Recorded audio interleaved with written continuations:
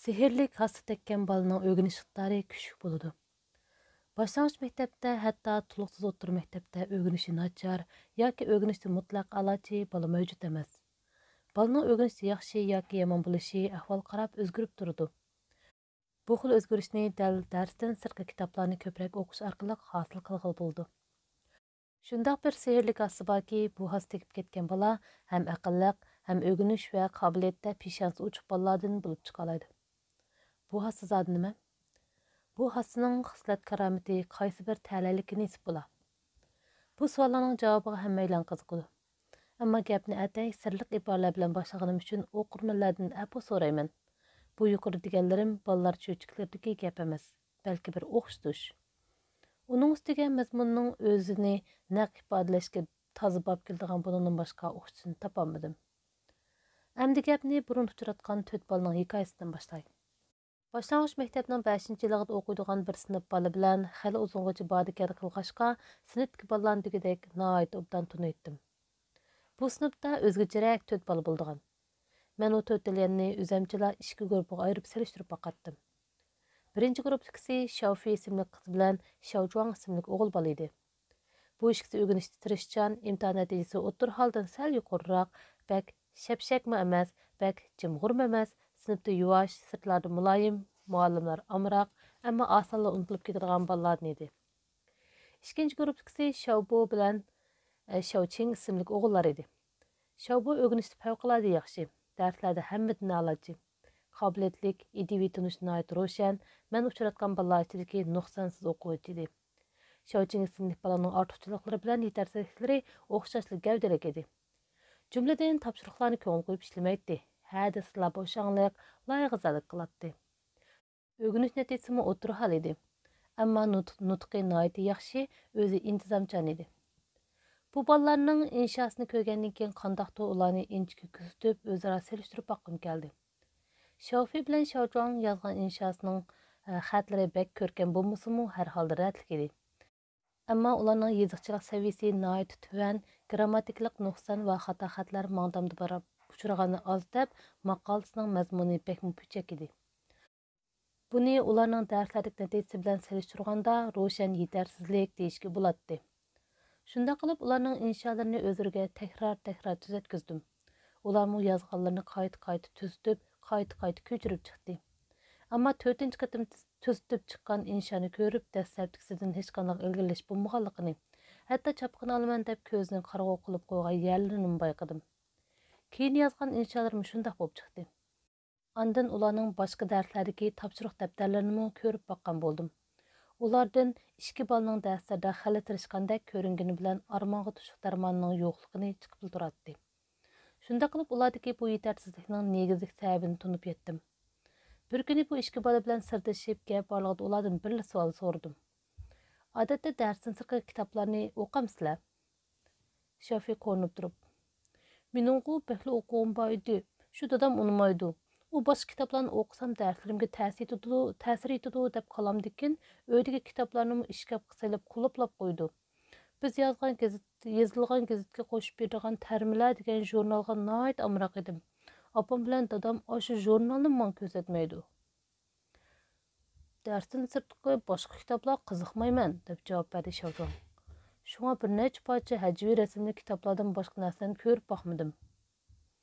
Bundaq ketaversa bolalarning vaqti behuda o'tib ketadi. Shundoq emasmi? O'z royish, tirishib o'rganishni xohlaydigan bundaq bolalar qoida bo'yicha o'rganishda ko'rinarlik ilgirlash kerak edi. Shun bu 2 bolaning oila boshliqlari bilan bolalarning o'rganishdagi qiyinchiliklarini darsdan sirtqi kitoblarni o'qish qiziqtirish yo'li bilan hal qilish haqida ayrim paranglashib ko'rdim. Xiaofining dadasi mundaq dedi: "Qizim kundalik darsga jinning borishga tirishayotidi. Shundaqdimi natijasi o'tir holdan sal-pal oshdi. Navoda zehnini darsdan sirtqi kitoblar bo'lgiltursam, darslardagi natijasi tushib ketmamdi. Bolani darsdan sirtqi kitoblarni o'qigan desak, uning yuki texmi ig'irlab ketadi", dedi Xiaojuangning onasi. Bolam haftasiga 6 qatim darsdan sirtqi takrorlash kursi, bir muzika kursiga qatnashdi. Dushanbada yakshanbagacha degidek vaqti yo'q. Uning ustiga uyimiz yiroq bo'lg'achqa, kunda 2,5 soatni maktabga berish uchunla yo'lga ketadi. Күндө faqat 6 saat uxlay alaydı. Şoňa balaga ämdi hergizmi yük artışy bolmaýdy. Mən ularga düşendirip mundaq dedim. Hazır ballar texi başlanğıç mektepde okuwadydy. Şoňa imtihanlarda 1-2 numary neri-beri bolup qalsa onun karaýat jaglyk. Muhimi bu 2 balanyň öwgüniş ıktidary degendek emas. Muşundaq ketiberse balalaryň kelgüside öwgünişige eger täsir etip galady. Bu diqqat qılmasak bolmaýdygan muhim mesele. Şoňa balany unçuwala köp därsden sirki tekrarlasyny bozulap berişniň, imtihan netijesiga unçuwala esleşişiniň hiç bir hajy ýok. Balalarni därsden sirki kitaplarga köpräk okuška däwet qılsak, ularnyň ýükini hakyky ýenikletken bolumyz. Balalar bu arkaly gündelik öwgünişde tedrici algy basa alaydy. Kelgüsideki öwgünişde utup çykyş üçin puxta asas sala alaydy. Bu işni ularga imkaniýetiniň barıça ezip düşendirgen boldum. Ularmy "Vay diýeniňizde kılayly" diýişken boldy. Amma az günden keyin bu 2 baldan sorap baksam kılça özgürüş bolmapdy. Hatta Şafiýnyň dasy gezip hoş berdigan termler jurnalmy balanyň dikkatini bölüp etdigen degen bahana bilen sütke almaşdyrgyp etipdi. Şawjanyň anasy oğlunyň därsden sirki kitaplarga paqatly gyzykmaýdyganlygyga paqat ýaraşmapdy. Faqat balanyň ätden keşikçe öwgünüşden başga herketi ýok. Şoňa ança-munça herket kılıp çenikaş, özüni gogdaşyny öýrensin degen mudda bilen oğluny çam başlyk kursga otuzymdy. Bunu anlap bu ayal balasynyň wagtyny kandakmy orlaşdyrdygandy dep heýran kaldym. Anlasam bu bala gatnaşgan kurslar içinde inşa kursum bar eken. Şawbu bilen Şawjanyň inşasy, Şawfi bilen Şawjanyňkinden asman zemin perak kılatdy. O ikisiniň inşasynda hata hat, kesel cümle degenler asasen ýok idi. Bulupmy Şawbunyň hatları marjandek rätlik hem körkem, her bir parça inşasynda özüge düşük nokta nazar we ýaňyça detallar bar idi. Şawjanyň hatsat depteriniň betide üçürgen, sizwetgen ýerler köp idi. Her katymlyk inşasy sypat jähette farahlyk idi. Bäziläriniň kolunyň uçydyla hujykydige ýazganlygy mana men dep çykyp duratdy. Amma inşalar içinde bir neçe parçasını hali astaydil yazganda kılatdı. Çünkü bätler kalaymıkan, hatları maymak, saymak o makalını o inçike okup bakkan adam bu balda bir xil istidatning barlığını baykap, onunğa apıran okumay kalmaydı. Bu işki balı bilen ayrım-ayrım sirdeşip, ularning dersten sirki kitaplarını okuşka bäkmi ýeresmen ekenligini bildim. Misalan, Şawbunyň öýde kitap naýat köp bulup, o okugan kitaplary mıjyk eken. Pämimce o okugan Jungo çetel meşhur eserleri, tarih ve tabiatga ait eserlerinin özü bilen tandim etlik balalarynkinden köp eken. Onun ata-anasy sirtda ticaret kıldygan boğaçka, Şawbu momusy bowusy bilen birge turdy eken. Ýene kelip bu öýde telewizor ýok eken. Şoňa Şawbu boş wagty tapsla haýwanatlarga dair kitap bulamdy, ilmi fantaziya bulamdy, razvedka romanlary bulamdy, palwallar kıssasy bulamdy, iş kılıp kulaga çykkandyky kitapnyň hemmisini okup bakkan eken. Bu iki bala inşasını yaxşı yazganı sırt başka cəhətlərdinmi özünü erkin və bemalal tutalaydı. Misalan, Şawbu əlaci bolğunu bilən əttin keşikçe kitapdan baş getirməydiğən qıraatxanlardan emas idi. Onun məktəbdəki nurğa vaxtı futbol meydanında ötədi. Şawçinin dərslərdəki nəticəsi vay degədək bolmağını bilən sinif müdiri onu mundaq dep maqtab bəgəydi. Bu bala bək aqıllıq. Hazırkısı onun közünü yumup durub ağana deşdildi. Navada 3 gülle teşip koyduğun bolsa, onun sınıf boyunca aldan kuşunun içi kiralaydıqalıqdı, gap yok. Bu balalardan ayrıldığan çağda ularga elxat adresini kaldırıp koygan edim. Hazır ularning bäziri men bilen torda alaqalışıp durdu. Şawbu maňa xat yazıp bakmadı. Amma anası bilen daim xat alaqası kılıp durdum. İşki bilen yüz görüşüp bakmagan bolsakmı torda bal terbiyesi toğırlıq paranlaşıp geldik. Şawbunyň anasının aytışça Şawbu hazır naýat ýaxşy okuýdypdy. Onun öğrenişi ve futboldaki neticesi pevkad boğaşka şeherdeki en dağınık otur mektepke imtihansız kabul kılmakçı bulunupdu. Şawfi bilen men bilen izchil alaqalışıp turdy. O adetki bir tuluqsuz otur mektepte okuýdypdy. Şawjuan bilen Şawçiňmi uşu mektepdiken. Şawfi bilen Şawjuan öğrenişde otur hal seviyini aran saklap meňwedipdi. Ularning obdarrak tuluq otur mektepke kirälişinden ümit ýokmuş. Ama Şawçiň tuluqsuz otur mektepden 3-nji ýylyga çykkandan keyin az tuluq üçin dep öňünişge berildigan bopdy. Bunun bilen o sınıfның aldyky katarga ötüp, 3 ýaxşy okuwçy bahalanypdy. Şafiyning deyishicha, u o'rganishda baq qiynalib qolg'achqa, o'qishdan bag'an siri rayi yenib ketib etibdi. Bu bolalarning o'rganish jihatdagi o'zgarish ahvolini mushunchalik deb turay. Xo'sh, Shafiy bilan Shavjonning navbatdagi o'rganish ahvoli ota-onasini g'am andishiga qo'ydi degan gap. Durust, ularning bola uchun qilmag'ini qolmadi. Afsuski, bolalari o'rganishda ularning kutgan yeridan chiqolmadi. Әмдікі gap, ular halqılıq paytda bolalarning o'rganishiga haydashchilik qilish uchun yana qanday choralarni o'ylab chiqar. Shu nuqta aniqki, ular bolalarning darsdan sirtqi kitoblarni o'qib beqishiga yo'l qo'ymaydi. Natijada bolalarning to'liq o'rta maktabda o'rlash imtihonidan emas, hatto to'liq o'rta maktabda o'qishidimi ko'ngildagidek natija qozona olishi notayin. Hatto ularning keyingi umrlik o'rganishimi tutsa sipi yo'q, qichasa eti yo'q, g'urgilchilik va qiyinchilik ichida o'tishi mumkin. Bu to'rt bolaning hikoyasidan o'qirmonlar zodi nima bitmoqchi bo'lganini tushunib bo'ldi deb o'ylayman. Xo'sh, undaq bo'lsa sehrli kassa zodi nima? U dal darsdan sirtqi kitoblardir. Bu hassa bolalarga to'ydirmasdan turib xilma-xil kuch-quvvatni ato qila oladiganligi bilan sehrlik. Chunki kichik dillar tatib darsdan sirtqi kitoblarni ko'p o'qigan bolalarning aqliy qobiliyati va o'rganish iqtidori yuqori bo'ladi. Nasi bundaq bolalarning yeziqchilik suratimi darsdan sirtqi kitoblarni ko'p o'qimagan bolalarnikidan tez bo'ldi.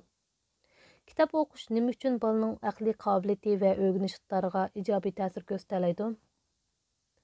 Suxomlinskiy yosh o'smirlarning kitob o'qish ahvolini nurg'unlagan tadqiq qilib, kitob o'qish bilan o'rganish iqtidori o'rtasidagi munosabatni tafsiliy va inchik sharhlagan pedagog. U mundaq deydi: 30 yillik tajribamdan shuni cho'nqir his qilib yetdimki, o'quvchilardagi aql qobiliyatining yetilishi ulardagi kitob o'qish iqtidoriga bog'liq bo'ldi. U psixologiya nuqtasidan tahlil qilib mundaq deydi. Kitob o'qish iqtidoridagi ojizlik mangidagi intayin nozik ammo bog'lanishchan talolarning turilishiga daxl qilib, uni tormozlab qo'ydi. Buning bilan u talolar nerv hujaylarini bir-biriga bog'lashga qodir bo'lolmaydi. Kitob o'qishni bilmagan odam fikr qilishni bilmaydi deyishimizning sababi dal mushu. Suxomlinskiy kitob o'qimaslikning ziyni haqida to'xtalib mundaq deydi. Kichik vaqtida chechan, tushunish iqtidori kuchli, tirishchan ham herisman ba'zi bolalar nima uchun yosh davri qadam qo'ygandan keyin tuyuqsizda bilimga qiziqmaydigan, kallasi ishlamaydigan, zehni gal bo'lib qoldi. Bu dal ularning kitob o'qishni bilmaganligi uchun. Ba'zi bolalar ayr topshiriqlarga voy degidek ko'ngil bilib ketmagani bilan ularning odatga o'rganish natijasi obdan chiqadi. Bu hol ularning boshqalarni besib tushgudek iste'dodga ega ekanligidan emas, balki kitob o'qish iqtidorini yomon emas, yetildirganligiga bog'liq bo'ladi. Chunki kitob o'qish iqtidori yuqori bo'lsa, u aqliy qobiliyati va iqtidorining kamolatiga turtki bo'ladi. Darslikdan boshqa hech qanday kitob o'qib boqmagan bolalarning bildig'ini darsxonada o'rgangan yuzaki narsalar bilan cheklanib qolganligi uchun oila topshiriqlari ularga ziyoda og'ir yuk bo'lib tuyuldi.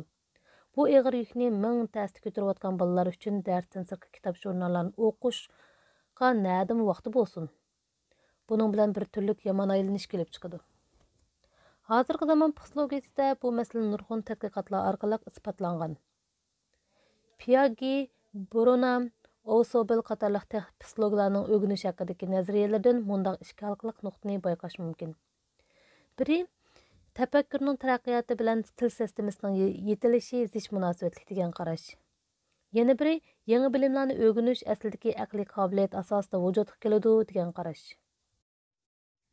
Kitob o'qish til belgilarini vasita qilgan, shundaqla real turmush mazmunidan halqagan faoliyat bo'lib, u odamning til sistemasini yetildirish bilan birga aqliy qobiliyat asosini kuchaytirib, shu orqali tafakkur iqtidori va yangi bilimlarni egallash imkoniyatini oshiradi. Buni mundaq o'qitish orqali ifodalash mumkin. Odamning o'rganish iqtidor qurilmasi o'yning o'g'isiga, til sistemasi osh o'yini yasashga ishlatiladigan qurol saymonga, aqliy qobiliyat asosi qurilish qilinadigan yerni tekshirish saviyasi, qurilish loyihalash saviyasi, ishchilarning texnik saviyasi va qurilishni boshqarish saviyasi qatorliq muhim mavhum ammo nihoyat muhim mazmunlarni o'z ichiga olgan qurilish muhitiga o'xshaydi. Qurol saymonlar sarxil, qurilish muhiti yaxshi bo'lsa, qurilishni bitkizish osonga to'xtaydi. Uning sifatigimi kapolat qilib bo'ldi. Navada bu ishki amaldan chataq chiqsa, qurilish sifatining qandaq bo'lganligi o'z-o'zidan ayon. Ballar boshlang'ich maktab, hatto to'liqsiz o'rta maktabning tuvan yilligida o'zining aql idrokiga tayinibmi obdan natija qozona oladi. Ammo kitob o'qishga ahamiyat bermay, o'zidagi aql idrokka ishinib shu peti mengayversam, sinib o'rlagan sari o'rganishda armonga tushliq darmon qolmaydi. Chunki oddiy qurilishda qurol sayman va qurilish muhiti qo'yiladigan talab tuvarak bo'ldi.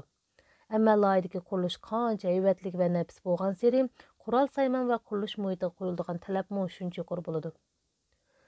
Bola ko'yda qattiq parishon bo'layotgan bir qanchalarni ko'rgan edim. Ularning bolalari aslida rav rus tirishib hali obdan o'qiyotgan to'q.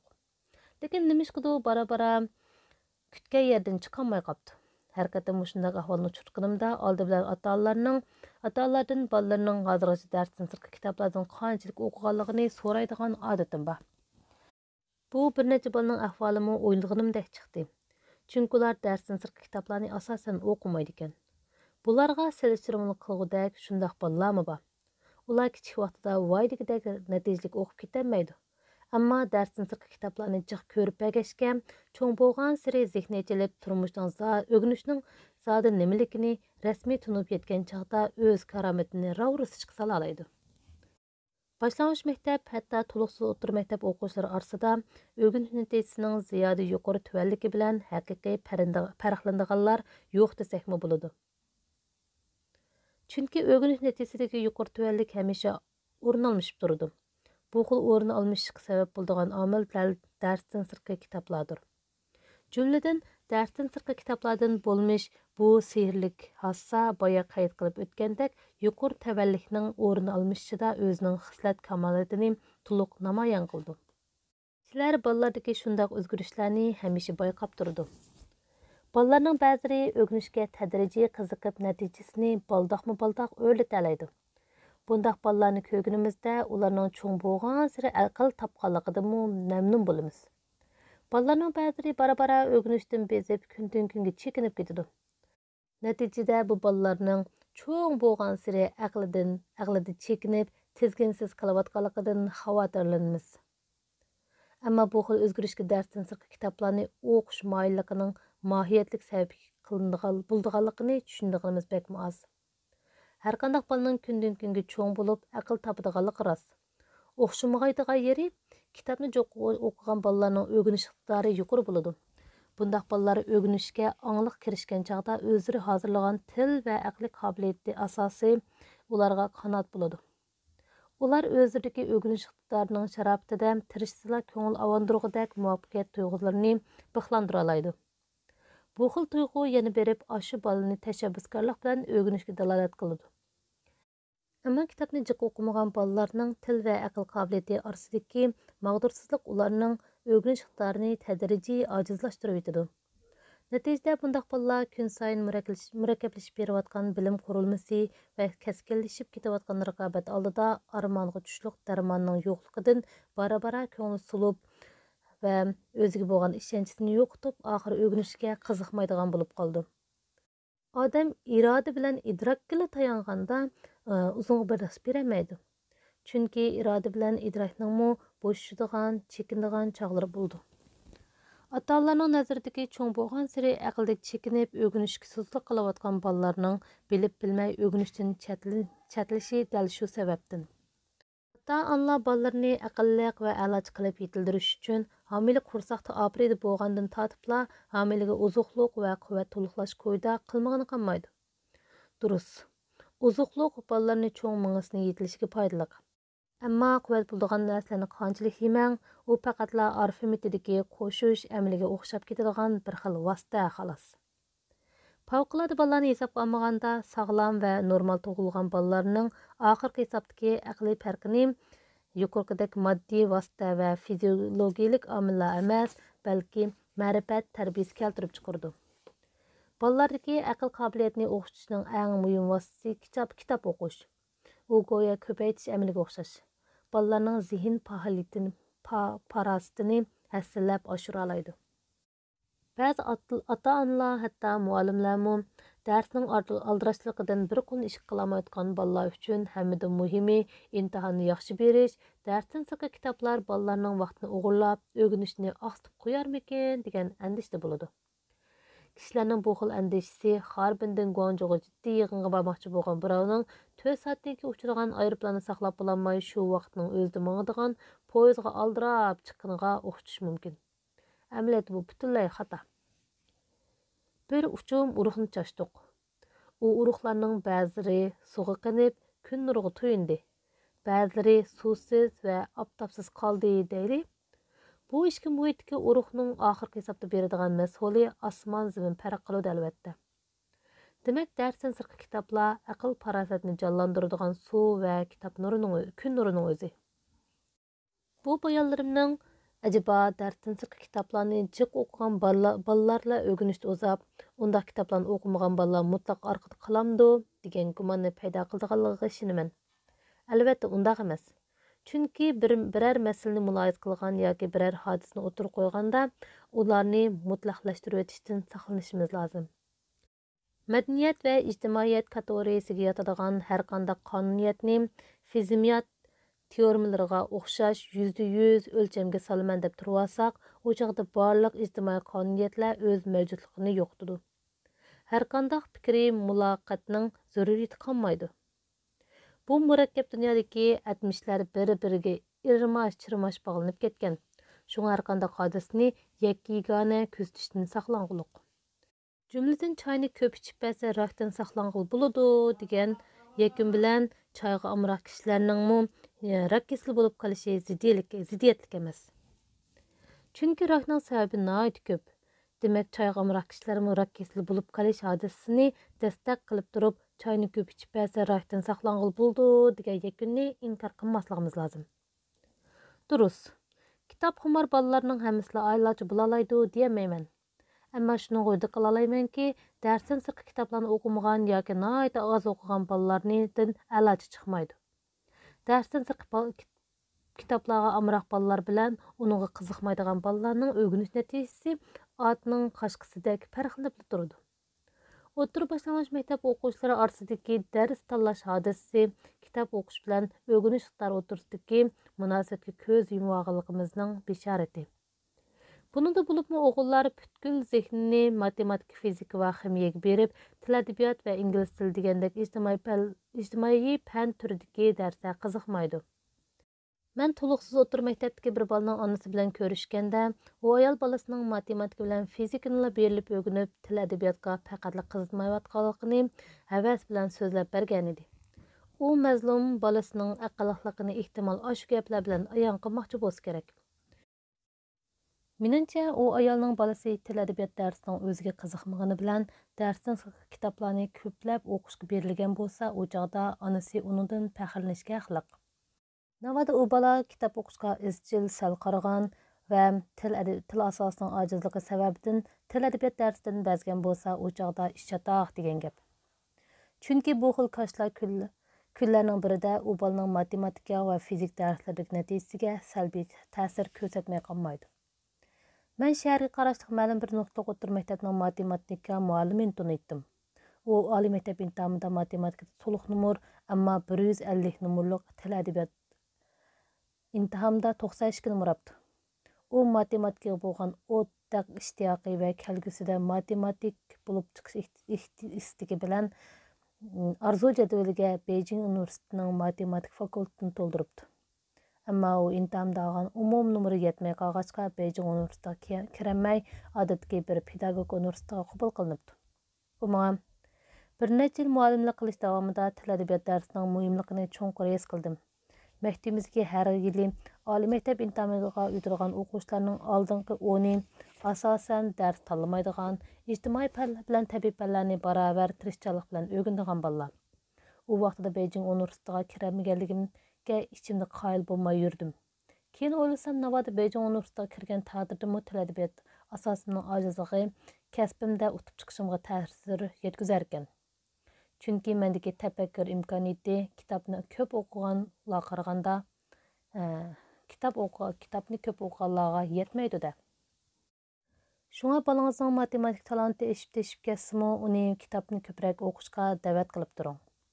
Мисалан, балаңыз математикларның тәржімалini көп оқып бәсін. Bunun bilan balаңызның matematik talanti matematiklik мәсьәләләрне ешіп мәшq qilganligidan эшип ketishi mumkin. Til әдәбиятка майлы оқучылармы yo'q emas. Jumladan undaq balalar xatni marjandek yozadi. Maqol deganni qattirib etadi. Ammo matematikada ojiz, ularning o'qigan kitoblari matematik imtihonida qilcha rol o'ynayolmaydi. Bu masalani mundaq tushuntirishga bo'ldi. Undaq balalarning tabiiy fan darslariga qiziqmasligiga sabab ko'p taraflilik bo'lib, uni muallimi, oilasi, tug'ma tarbiya qobiliyati va saboqdoshlari qatorliq omillarning ta'siri keltirib chiqargan bo'lishi mumkin. Durust. Undaq balalarning o'qigan tom kitoblari qusur nuqsonlarni tamoman tugutish, yetersizliklarning o'rnini to'liq to'ldirishga albatta qodir bo'lolmaydi. Lekin shuni kesib aytishga bo'ladiki, ularning matematik darsiga ojizligini hargizmi kitobni ko'p o'qiganligi keltirib chiqarmagan. Kelib, undaq balalar mayli oliy maktabga kiralsin, kiramasin, kitob xumorlikdan topgan aqlning sharofatida o'ziga tushliq nusrat qozona oladi. Qisqasi, kitob xumorlikni yanala ularning baxtali deb qarashga bo'ladi. Darsdan sirtqi kitoblarni o'qimaydigan yoki o'qisa nihoyat oz o'qiydigan, tabiiy fan darslarida ojiz, ammo ijtimoiy fan darslarida nisbatan yaxshiroq bolalarni dars tanlaydi. Falan darsga moyil deb ketgil bo'lmaydi. Chunki ularning ijtimoiy fan darslaridagi natijalari muchaqliqda. Shunday emasmi? Azaldan darsdan sirtqi kitoblarni o'qimaydigan bolalarning qaysi biri ijtimoiy fan darslarida a'lochi bo'la olgan. Demak, qaysi nuqtadan tahlil qilmayli kitob o'qish haqiqatan muhim. Hasili kalam, balam aql topsin desangiz, uni kitobni ko'p o'qishga, o'qigandimi yaxshi sog'lom kitoblarni ko'p o'qishga dalolat qiling. Kitob go'yo sehrli kasaga o'xshash bolalarning o'rganishiga sehriy kuch qo'shib, ularning aql parostini tavliya olaydi. Shunga kitobxumor bolalar sehrli kasaning xislat karamatidan nusrat topadigan ta'layliklardir.